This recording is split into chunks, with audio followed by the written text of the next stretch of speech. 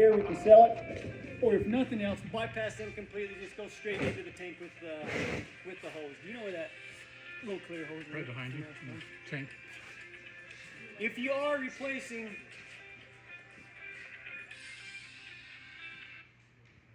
I thought everybody was here for the cutting school. Who could possibly call them? If you are replacing that hose, the ones that goes into the tank, two things I want you to pay attention to. Number one, it's got an angle iron inside there that acts as a guide for that hose so it doesn't get wrapped up in your paddles. Make sure you're following that guide. The second thing, you guys can kind of pass this around and look at that. But if you're putting a hose down in there, make sure it's long enough to get to the bottom, but I don't want you to just cut it and leave a flat edge. So what happens is it starts sucking up against the side of the tank and you're not going to get that product moving through there, okay? Cut a little notch in it here. If you guys want to kind of pass around, just tickle it. That's what I want you to do if you're replacing that. Just kind of cut that notch in there so there's no flat surface for it to suck up onto, okay? Take this black hose, replace it every year. Replace it every spring. What will happen is there's just a squeeze pump inside there. It'll sit there and get itself wore out, or all of a sudden now it will not maintain calibration. I don't care if you guys are using the automatic systems or not. It's not going to be able to maintain the proper amount of product on there, okay? One thing about the automatic systems on there, we get that call all the time. We do not currently offer from the factory a factory automatic pump adjustment, okay? It is something we're working on, but we do not have that right now. If you have a question about that, please don't call us. We don't deal with it. We can't help you. All I will say to that is it is still critical that this calibration that I'm going to walk through right now, you still have to do that even with that automatic. You got to make sure this thing is calibrated and pumping what it thinks it's pumping. Okay? A couple other maintenance things. If you do have chemical inside here, even if you're done at the end of the day, even over the weekend, I don't care. Leave that mixer running. Just leave that in there agitating and paddling it up. It ain't going to hurt anything. It's going to keep that nice and keep that stuff agitated in there. If you don't, it's going to solidify. It's not going to come through your pump and you're going to be sitting there trying to scrape it out. Okay? Speaking of that, keeping that chemical, I want you to every lunchtime, every day, every night, every morning, make sure the drum's running. I want you to flush water through that system. Take your valves, make sure you're drawing, put water in this tank. I'm going to explain why here in a minute. Make sure there's water in this tank, flush it through that system, make sure the drum's running, because if the drum's running, where'd our little screen go? Hey, buddy. You think it wasn't a snake. Okay, this atomizer screen inside there, okay? If that's running, that's spinning. If you're running water through there, it's helping clean that out. Something I'm going to ask everybody to do today, go back. I almost guarantee you got some buildup in your screens. Because it's common. Even if you're flushing it out, you'll see that. If you got buildup in your screen, all it is, I think it's like a 9/16 bolt nut, hold it on there. Reach in there, take it off, fill up the sink with warm water, put some dish soap in there, let it soak. Get that crap off there, let it kind of disintegrate, put it back on, okay? The reason these things work like they do, you don't need near the product, and it creates that mist inside there. You're still getting the coverage, but you're not having to dump a ton of product on there to do that. If this is plugged up and all it's doing is just dripping on that seat, it's not doing near the job it could be as far as the coverage goes, okay?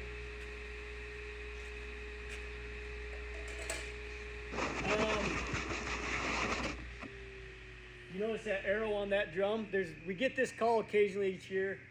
On that, there's a reason. When you're sitting here standing at the intake of this machine, you want this barrel running counterclockwise. There's a reason that arrow's there, because what'll happen is if you're not, that seat's not going to go through there. It's going to be plugging up on you. It's not going to be working, okay? Do that. If you have a duster, counterclockwise on the barrel, clockwise on the auger. Okay, so so if you've been in there messing with the wiring or something's up with the phasing, if they're not doing that, something's goofy. You got to make sure they're doing that, okay?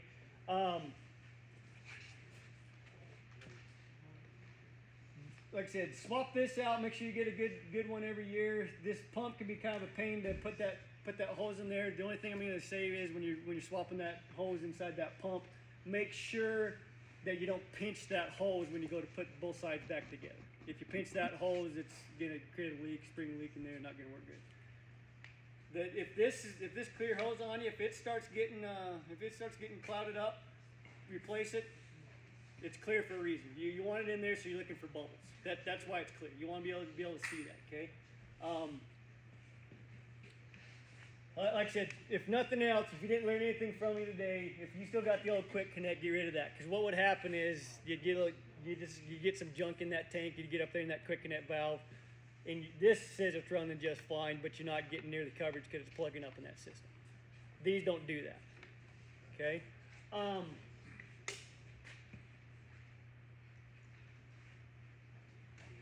far as calibration, I'll do a calibration on it for you here. Like I said, I don't care if you're doing I don't care if you got the automatic system or not. I still want you to do this. All these steps right here, they're just right here. If you need help, please call us. We'll walk you through it. I will say one thing: we get not as much anymore, but when we first came out with these things, we'd always get the question, what should I apply? What rate should I apply in my potatoes? If you guys ask us that, we're not gonna tell you what rate. You need to be talking to your chemical reps. They need to tell you what chemical rate that you need to be putting on these potatoes. If you can get that information for us, you betcha. We can help you with the math. We can help you guys work through that. But we're not going to tell you what rate to put on these on these potatoes. Okay? To calibrate. Get your valve set over there to calibrate. Make sure the lines are primed, and they are. This button right here, little fast forward button, that's the go button. Okay?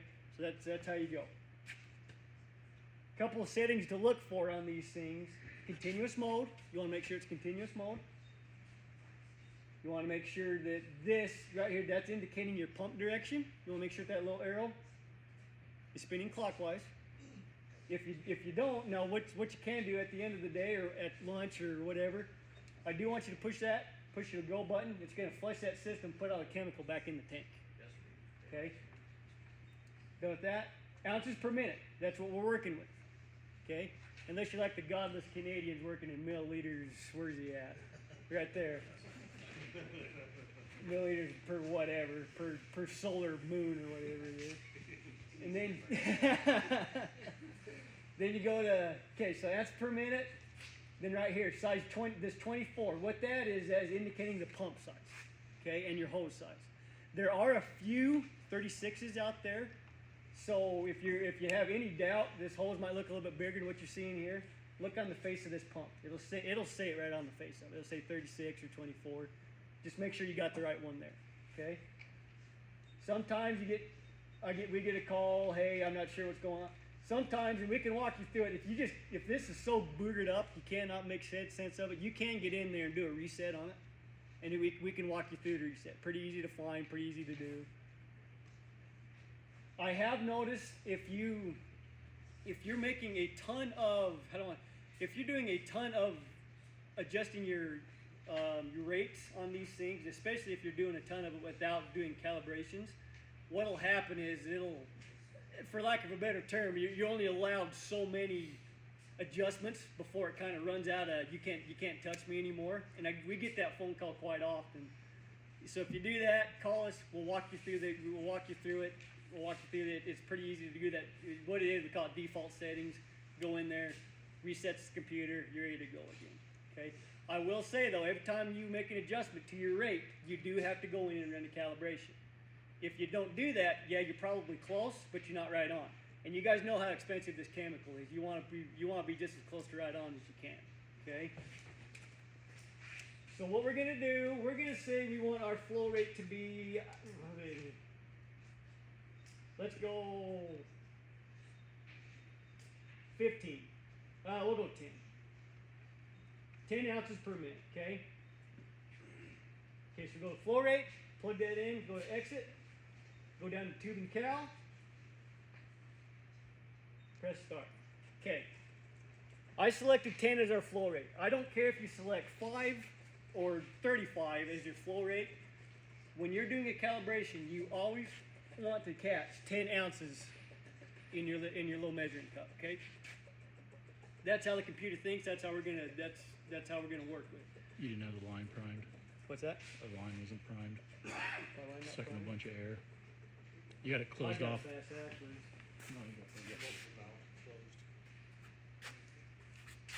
And don't do that.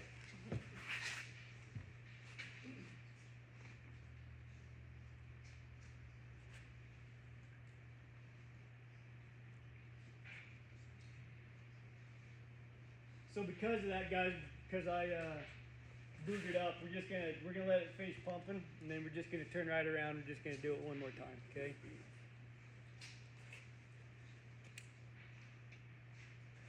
We're not even gonna look at that.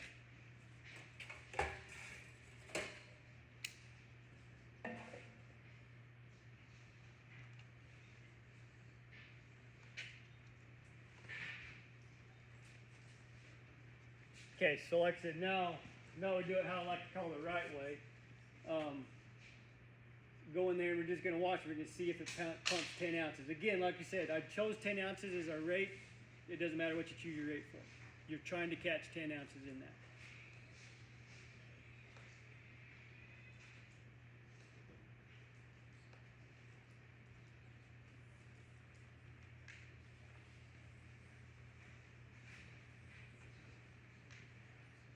Could have picked a faster rate, couldn't I have? Probably.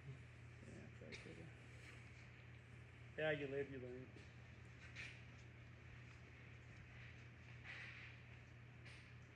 When you're doing these calibration, guys, make sure you do it with the slurry mix, the chemical and the water together. It doesn't do you any good just to do it with water or just to do it with chemical because it's going to act different in there. You want to make sure you're doing it with what you're actually applying.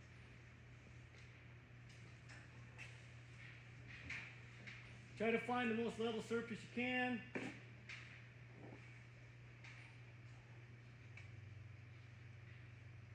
Stick it up there. I'm going to say we're about 9.5.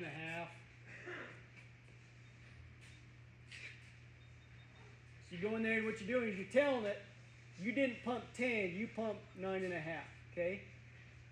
Go down to exit, hit exit, go right back up to flow rate. You got to change your flow rate back to the 10 that you want. Exit.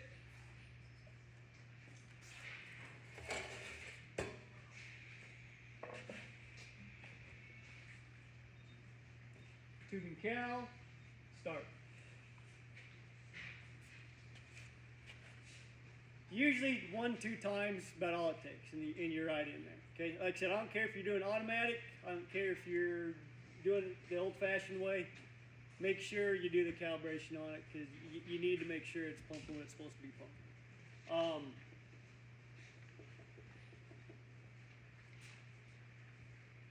Like I said, at the end of the day, you get back to your main screen. Make sure you flush that system out. Make sure you're running. Make sure you're wanting water through here. And that's why I said a little bit of water in here. The water, you can use that in your system to flush through there. Okay. Don't use this and expect that to be right on when you're sitting there trying to mix your chemical in your water. This is just more of a reference for you. It's close usually, but we don't sit there and make sure it's right on. Okay. Because that can vary. This is right on. So what we suggest is use this for your water. Fill that up. They're up to 4 gallons. Fill that up. Open your valves. Let it run through. Get yourself back up. Fill that tank up to where you need to be.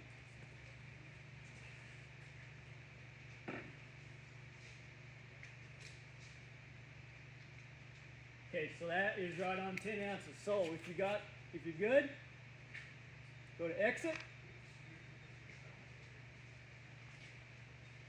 Exit, you're back on the operating screen. What I like to do, if you got people that may be a bit too button happy around your place, go right there to that bottom left-hand corner. There's a little lock symbol. Press that, lock. Now, all you gotta do to get out is just press enter and unlock, but at least it's another step to try to keep somebody from screwing something up, okay?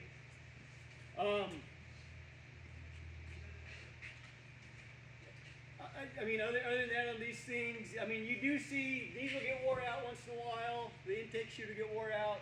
This barrel, if you run a lot of seed through it, it can start getting real thin right there. You can rebarrel these things. We do set the barrels. If they are start getting real thin, you'll see it where it starts kind of leaking through and punching through on right here at the intake. Other than that, you do see this sometimes, these limit switches back here. If you put a new one on, or if something got jostled on it, what you're looking for is that thing And when this thing's up and running, you actually see that little green light engage. When that thing engages on there, you're looking for just a little bit of pressure for that thing to engage. You can sit there and listen to it when you're just messing with it like this. If it's engaging too soon or it's not engaging soon enough, pretty crude, but it works. Take it there, kind of grab it halfway up that wand, that bar back there, just kind of bend it one way or the other. Try to help it engage sooner rather than wherever you need it to be engaged. Okay. That atomizer screen, if you're not cleaning that out, not only will it not apply product like it's supposed to, it can take the bearings out of that motor. It just spinning so fast, it'll take the bearings out. Any questions on these things?